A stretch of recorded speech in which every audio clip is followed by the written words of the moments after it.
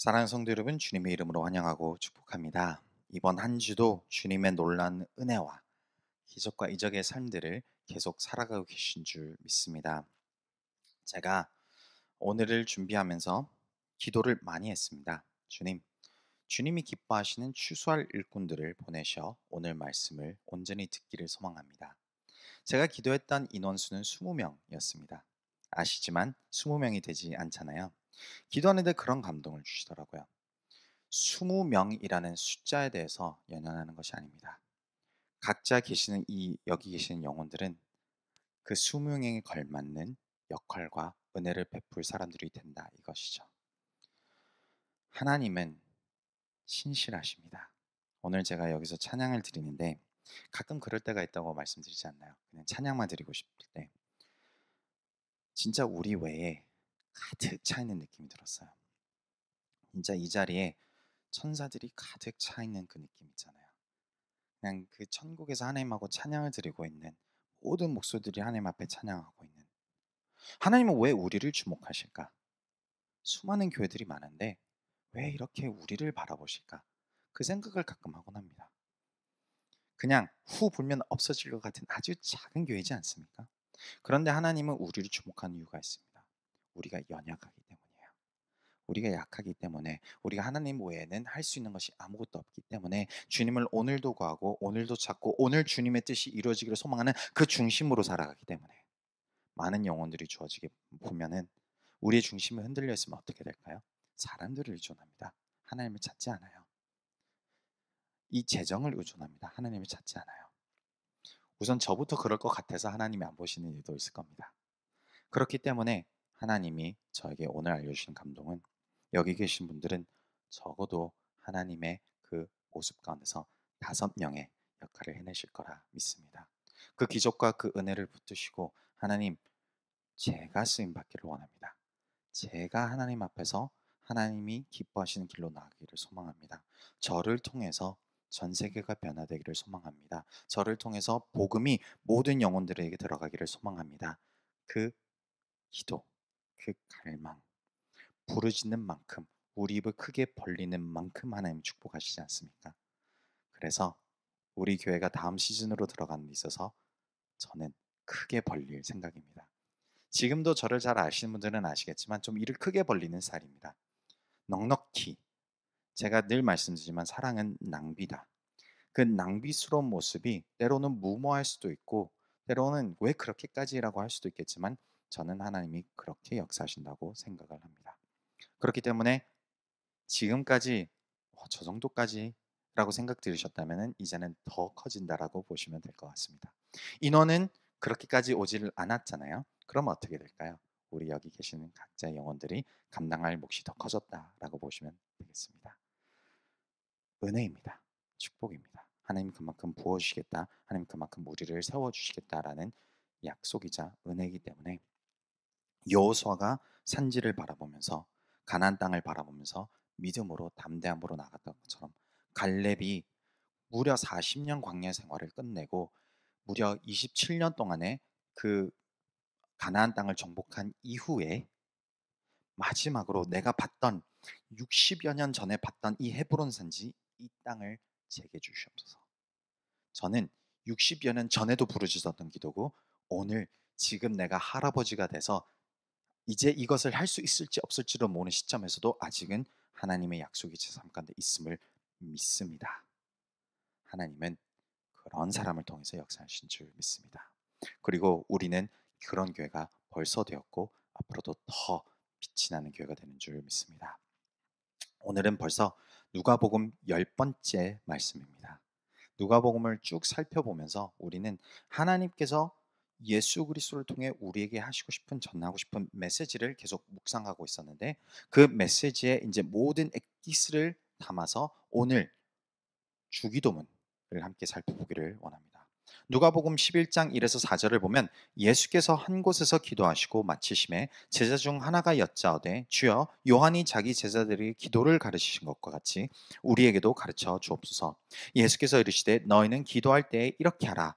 아버지여 이름이 거룩히 여김을 받으시오며 나라가 임하시오며 우리에게 날마다 일용할 양식을 주시옵고 우리가 우리에게 죄진 모든 사람을 용서하오니 우리의 죄도 사하여 주시옵고 우리를 시험에 들게 하지 마시옵소서 하라. 마태복음하고 누가복음에 이 주기도문이 기록되어 있습니다. 마태복음은 조금 더 디테일한 부분이 더 추가되어 있다면 누가복음은 그 엑기스만 담아서 정확하게 기도를 가르쳐주고 있는 것이죠. 우리가 주기도문을 깊이 살펴보기 전에 우리가 잠시 1장부터 10장까지에 나왔던 전체 메시지를 다시 한번 마음에 품기를 원합니다. 메시지는 동일했습니다. 큰 틀의 메시지는 하나님께서 우리에게 하고 싶으신 말씀인 거죠. 하나님은 우리에게 무엇을 말씀하고 싶으신가? 이 세상을 만드신, 나를 지으신, 내 인생을 이끄시는 하나님이 오늘날 나에게 무엇을 말씀하고 싶으실까라고 하는 것이 누가복음의 전체 핵심입니다. 1장, 2장, 3장, 4장, 10장까지 걸쳐서 하나님의 말씀은 변하지 않아요. 동일합니다. 그것을 우리가 한 단어로 설명하는 것이 바로 복음입니다. 기쁜 소식이라는 것이죠. 하나님께서 이처럼 세상을 사랑하사 독생자 예수를 이 땅에 보내셨으니 누구든지 그 아들을 믿는 자들은 죽지 않고 영원히 살 것이라는 그 기쁜 소식, 그 소식이 우리한테 다가왔다 이것입니다. 이 사실은 내가 어제 하나님을 찾든 오늘 하나님을 찾든 내일 하나님을 찾든 하나님은 동일하게 늘 매일 우리에게 주시는 말씀이라 이것이죠.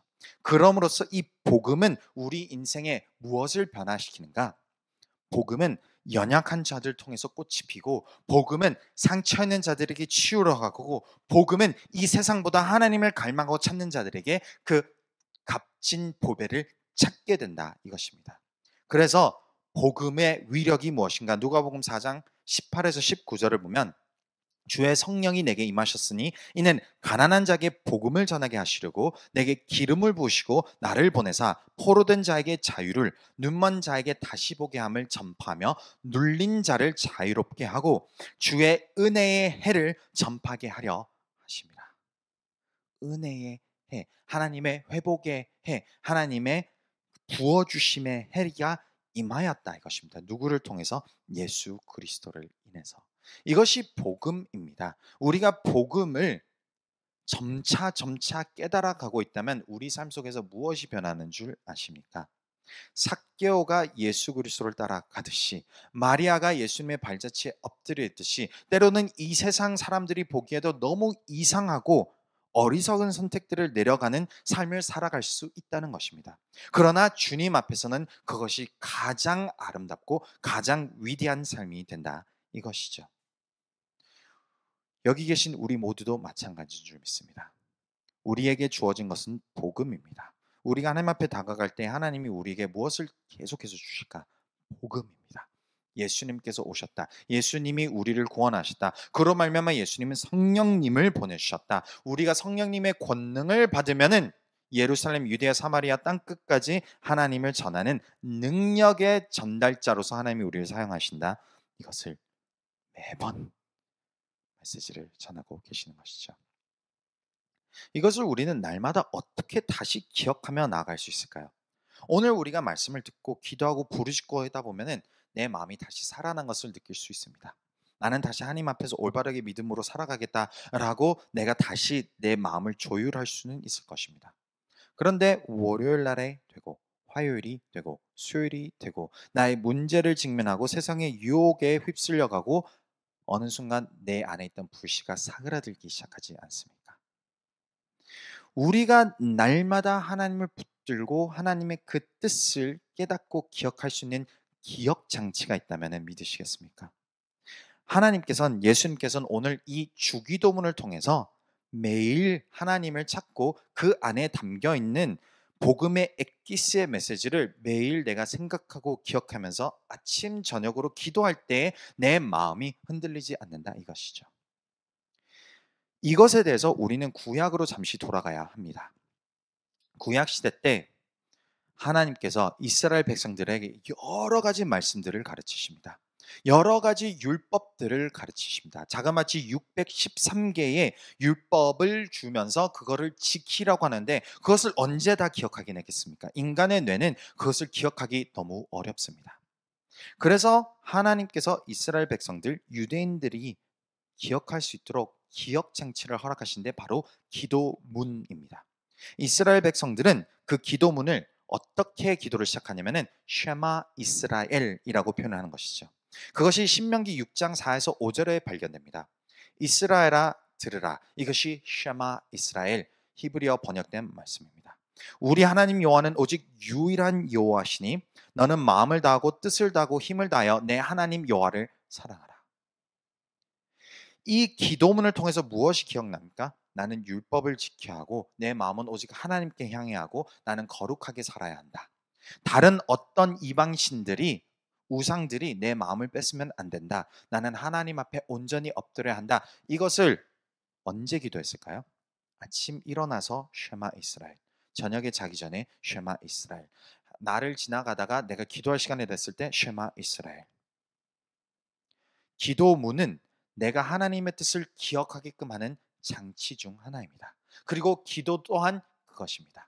오늘날 21세기 크리스천들이 기도라고 한다면 나의 문제를 가지고 하나님 앞에 엎드리는 장치로밖에 생각할 때가 많습니다. 그런데 기도는 결코 그냥 하나님 앞에 내 문제만 가지고 나가는 것만이 아닙니다. 그 또한 중요합니다. 시편 전체를 살펴보면은 큰 비중이 다윗이 아니면 시편 저자들이 자기의 답답함과 문제와 그 슬픔과 고난을 가지고 하나님 앞에 기도로 엎드리는 시편들입니다.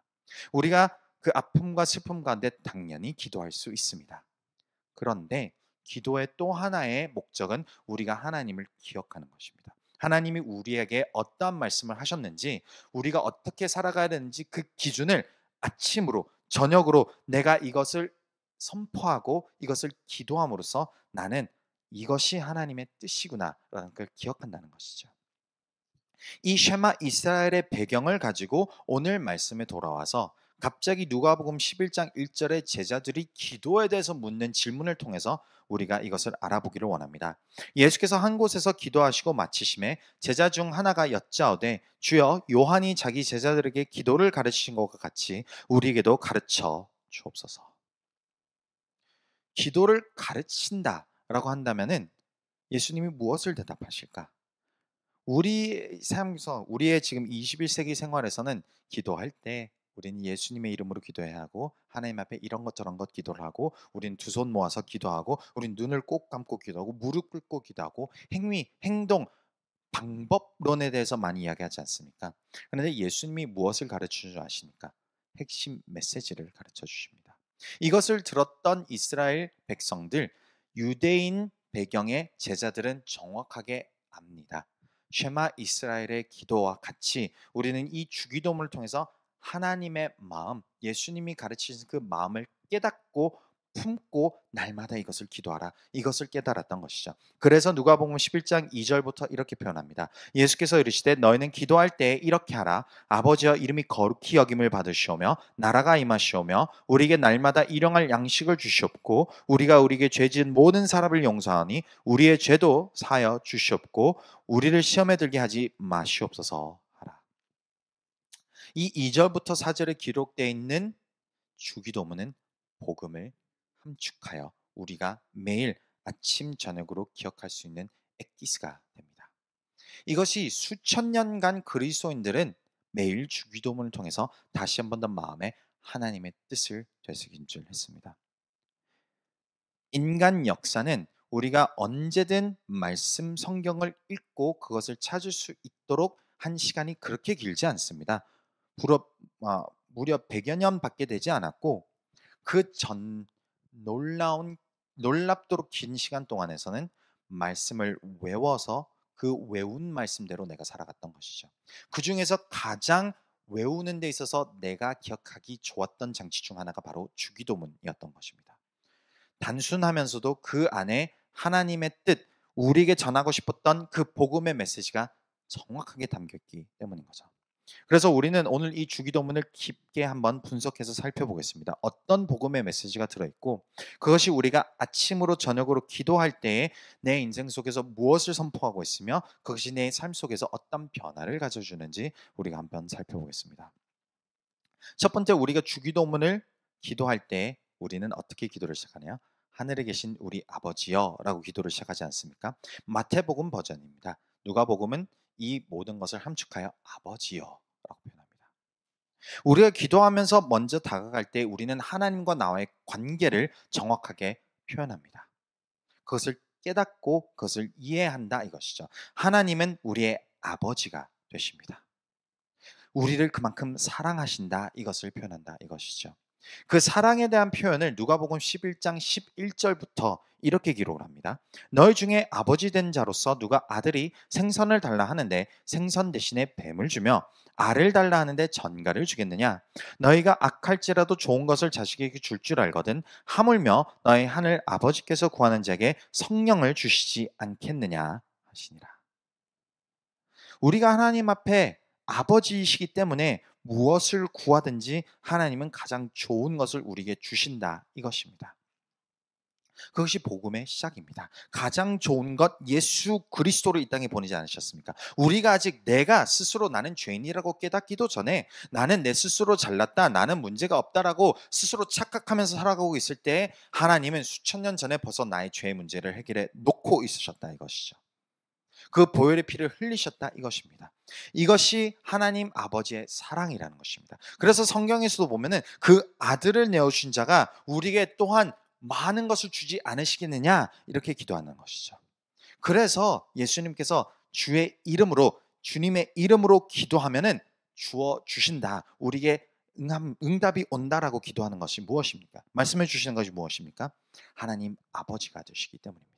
우리는 그 아들을 통해서 자녀가 되었기 때문에 자녀된 마음으로서 입장으로서 포지션으로서 우리는 아버지께 간구하고 기도합니다. 주님, 주님의 뜻이 이루어지기를 소망합니다. 그것이 주기도문의 시작입니다. 그래서 아침에 일어나서 내가 하루를 시작하기 전에 하늘에 계신 아버지, 나의 아버지가 되시는, 한국어로 번역하면 아빠입니다. 아빠. 오늘의 시작을 아빠와 함께 시작합니다. 오늘의 시작을 하나님의 능력 가운데, 뜻 가운데 시작합니다. 그래서 하늘에 계신 우리 아버지여라는 기도와 이어지는 것이 무엇입니까? 주의 이름이 높임을 받기를 소망한다라고 기도합니다. 하나님의 이름이 높임을 받아 주시옵소서. 이것은 무엇을 뜻하냐면은 전지전능한 하나님을 찬양합니다 라는 것입니다. 우리의 아버지임과 동시에 하나님은 하늘에 계신 이 세상을 창조하신 모든 왕 위에 계시는 모든 만물 위에 계시는 능력의 하나님이십니다. 권능의 하나님이십니다. 그렇게 우리 인생에 그 어떤 것도 걱정할 것이 없는 거예요. 왜? 하나님의 뜻이 이루어지기 때문입니다. 그리고 그 하나님은 우리의 아버지이시기 때문입니다. 이것을 우리가 먼저 기도하고 시작할 때 나의 마음은 세상을 바라보던 나의 초점에서 하나님을 바라보기 시작합니다. 그리고 그 하나님께서 우리 인생 가운데 어떻게 이끌고 나아가실지를 내가 믿음으로 붙들게 된다는 것이죠. 그래서 우리가 하나님을 기도하는 데 있어서 골로새서 1장 16, 17절을 우리가 날마다 선포하고 있는 것입니다. 만물이 그에게서 창조되되 하늘과 땅에서 보이는 것들과 보이지 않는 것들과 혹은 왕권들이나 주권들이나 통치자들이나 권세들이나 만물이 다 그로 말미암고 그를 위하여 창조되었고 또한 그가 만물보다 먼저 계시고 만물이 그 안에 함께 섰느니라. 모든 것이 주님 안에 있다 이것입니다. 모든 것이 주님의 주권, 주님의 능력 가운데 있습니다. 내 인생도, 내 문제도, 나의 염려도, 나의 걱정도 마찬가지입니다. 무엇이 하나님보다 더 크게 보여지십니까? 무엇이 하나님보다 더 두렵고 떨리게 느껴지십니까? 그것을 내가 주기도문으로 외치면서 하늘에 계신 우리 아버지여 이름이 거룩히 여김을, 이름이 높임을 받아 주시옵소서라고 기도할 때에 우리는 이 모든 것보다 하나님이 위에 계십니다 라고 선포하게 된다 이것이죠. 그리고 우리는 이렇게 하나님을 높이고 하나님이 우리에게 누구신지를 선포함과 동시에 무엇을 기도합니까? 하늘에서 아버지 뜻이 이루어지듯이 오늘 우리 삶 가운데 우리의 삶 속에서 이루어지기를 소망합니다. 이것을 누가복음은 어떻게 정리하냐? 하나님의 나라가 임하기를 소망합니다. 나라가 임하게 하여 주시옵소서. 누가복음 1장부터 10장을 보면 이 하나님의 나라가 임하는 것에 대해서 몇 번이나 언급을 합니다. 특히 이 표현은 마태복음에서 더 두드러집니다. 이건 유대인들이 익숙할 표현입니다. 하나님의 나라가 임하였다는 것은 하나님이 권능적으로 오셔서 이 세상 가운데 개입하셔서 하나님의 능력으로 묶인 자들을 풀고 막힌 담을 허무시고 하나님의 뜻이 이루어지는 것이 바로 하나님의 나라라는 것이죠. 예수님께서도 오셔서 하나님의 나라가 임하였다, 완료형으로 표현을 하십니다. 우리는 하나님의 나라를 들어가는 사람들이 아닙니다. 예수님이 우리 마음 가운데 거하심으로 하나님의 나라가 벌써 임하인 것입니다. 그 임하였다라는 것을 우리가 성경을 통해서 배울 수 있는 부분이 누가복음 7장에 나옵니다. 누가복음 7장에 어떤 이야기가 있냐면 세례 요한이 감옥에 갇힙니다. 세례 요한은 무엇을 선포했습니까? 이제 주님이 오실 길을 예비하는 자로서 하나님의 나라가 임박하였다라고 선포한 것입니다. 하나님의 나라가 이제 곧 오실 것이다. 하나님께서 그 메시아를 보내실 것이고 이제 그 나라가 임할 것이니 너희들은 회개하고 마음의 준비를 하라라는 역할이 세례 요한이었던 것이죠. 그런데 예수님이 오시고 나서 보니 본인의 입장은 어떻습니까? 감옥입니다. 본인은 갇히게 된 것이죠. 그래서 인생을 돌이켜보기 시작을 합니다. 예수님이 진정 메시아가 맞나? 예수님이 진정 하나님의 나라를 이 땅에 가지고 오는 것은 맞나? 아니면 우리가 더 기다려야 할 것인가? 이것에 대한 의문을 가지고 질문을 가지고 세례 요한이 자기 제자들을 예수님께 보냅니다. 그때 예수님이 7장 22절에 이렇게 답합니다. 예수께서 대답하여 이르시되 너희가 가서 보고 들은 것을 요한에게 알리되 맹인이 보며 못 걷는 사람이 걸으며 나병 환자가 깨끗함을 받으며 귀 먹은 사람이 들으며 죽은 자가 살아나며 가난한 자에게 복음이 전파된다 하라. 하나님의 나라가 임하였다는 것은 우리 인생에서의 모든 아픔, 슬픔, 고통들이 예수 그리스도로 말미암아 회복이 임하고 나의 인생의 목표가 세상의 여러 가지 것들이 아닌 아버지의 뜻을 위하여 달려가는 그 중심이 된다, 이것을 뜻합니다. 그게 복음입니다. 그리고 계속해서 제가 말씀드렸듯이 그것이 복음의 위력입니다. 하나님의 나라가 오늘 나의 마음에 임하였습니까? 우리가 찬양을 부르지 않습니까? 하나님 나라 임하소서. 그 영광과 정교와 능력과 위엄이 내 마음 가운데 임하기를 소망합니다. 왜? 그 하나님의 나라가 우리의 마음 가운데 임하는 순간 내 문제는 사라집니다. 나의 염려, 눅눅 뜻이 사라집니다. 그것을 우리가 아침 저녁으로 기도해 보시기 바랍니다. 그것을 믿고 신뢰해 보시기 바랍니다. 오늘 하루 하나님의 뜻이 이루어지는 그 감동과 그 믿음과 그 신뢰로 하루가 시작되고 그 감사와 그 간구로 하루가 마무리되는 것이 주기도문의 모습이자 주기도문의 목적입니다. 그래서 하늘에 계신 아버지께 그리고 전지전능하신 왕이신 하나님께 하늘의 뜻이 이 땅에 이루어지기를 소망합니다 라고 기도하는 것은 나는 하나님의 뜻을 내 삶 가운데 펼쳐지기를, 그 뜻이 무엇입니까? 그 복음의 위력이 내 삶 가운데 나타나기를. 그래서 예수 그리스도의 사랑이 나를 통해서 전해지기를, 나의 인생에, 나의 발걸음에, 나의 말에, 나의 섬김에 예수님의 사랑이 전해지기를 우리가 고백한다, 이것이죠. 그것이 하나님의 나라가 임하는 기도입니다. 그러고 나서 우리는 무엇을 기도합니까? 오늘의 일용할 양식을 주옵시고. 참 감사한 기도입니다. 예수님께서 먼 미래에 대해서 우리가 컨트롤할 수 없는 여러 가지 상황에 대해서 모든 것을 붙들고 열심히 몇 시간씩 부르짖으라고 하지 않습니다. 오늘에 주어진 오늘의 상황 가운데 주님께서 우리에게 필요한 것을 채워주시옵소서, 이것을 기도하라, 이것입니다. 마태복음에 보면은 먼저 그의 나라와 그의 의를 구하라, 그러면 이 모든 것을 더하시리라 라고 말씀하십니다. 이것이 주기도문에 그대로 나와 있습니다.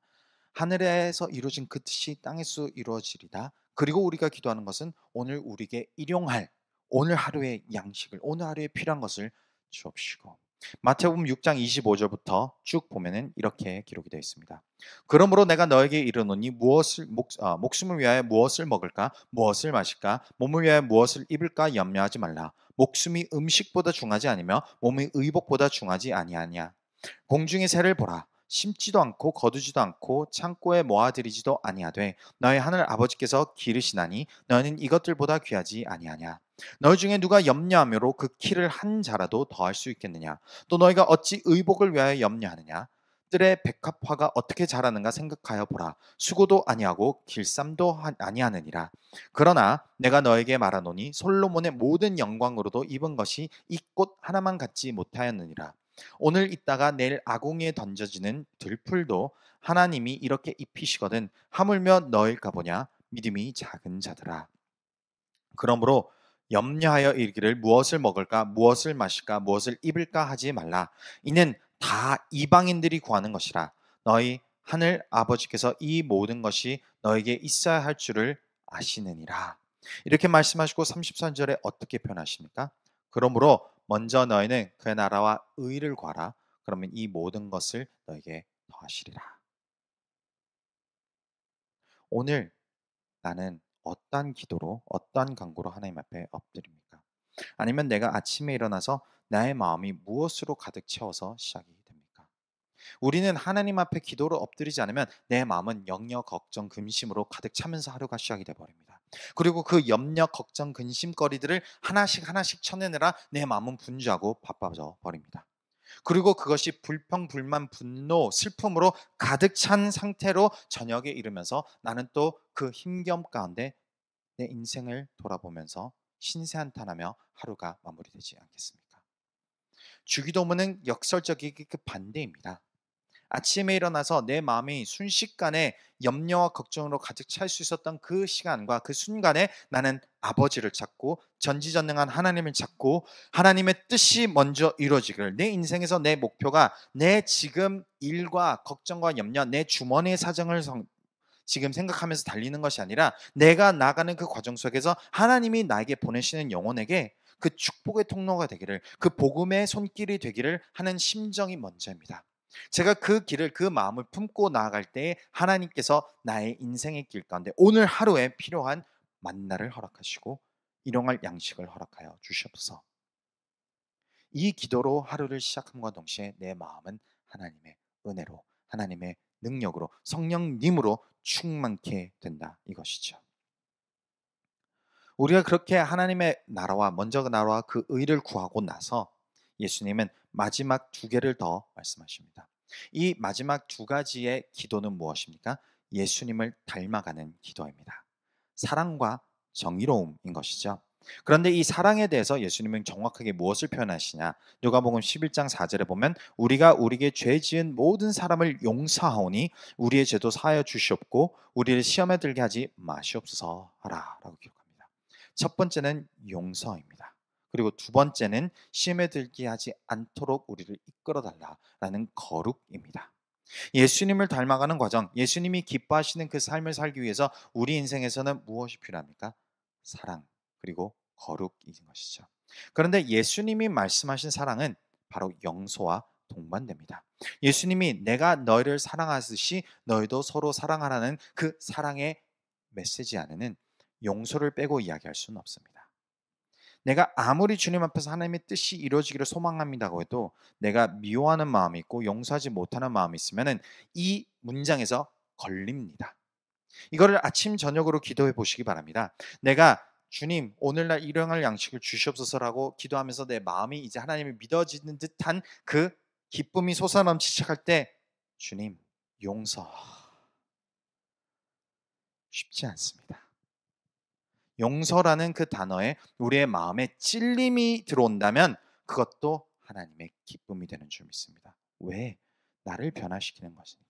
내가 용서할 사람이 있으면 내 마음 가운데 용서라는 하나님의 음성이 들려오니까 때문입니다. 이것이 복음입니다. 예수님이 이 땅에 왜 오셨습니까? 나를 용서하기 위해서, 우리를 용서하시기 위해서 오신 것 아닙니까? 내가 그것이 받을 수 있는 사람이어서가 아닙니다. 나는 그것을 마땅히 받아내야만 하는 사람이 아닙니다.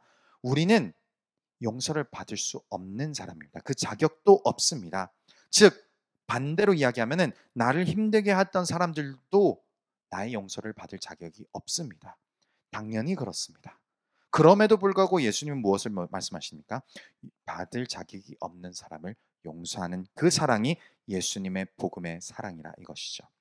골로새서 3장 12에서 14절 보면 이렇게 기록이 되어 있습니다. 그러므로 너희는 하나님이 택하사 거룩하고 사랑받는 자처럼 긍휼과 자비와 겸손과 온유와 오래 참음을 옷 입고, 우리가 하나님의 사랑을 받았기 때문에 긍휼함으로 그 영혼을 위하는 마음으로, 그리고 자비로운 마음으로, 겸손한 마음으로, 온유한 마음으로, 오래 참음의 마음을 중심을 붙들고 13절에 누가 누구에게 불만이 있거든 서로 용납하여 피차 용서하되 주께서 너희를 용서하신 것 같이 너희도 그리하고, 그리고 14절에 이 모든 것 위에 사랑을 더하라 이는 온전하게 매는 띠라.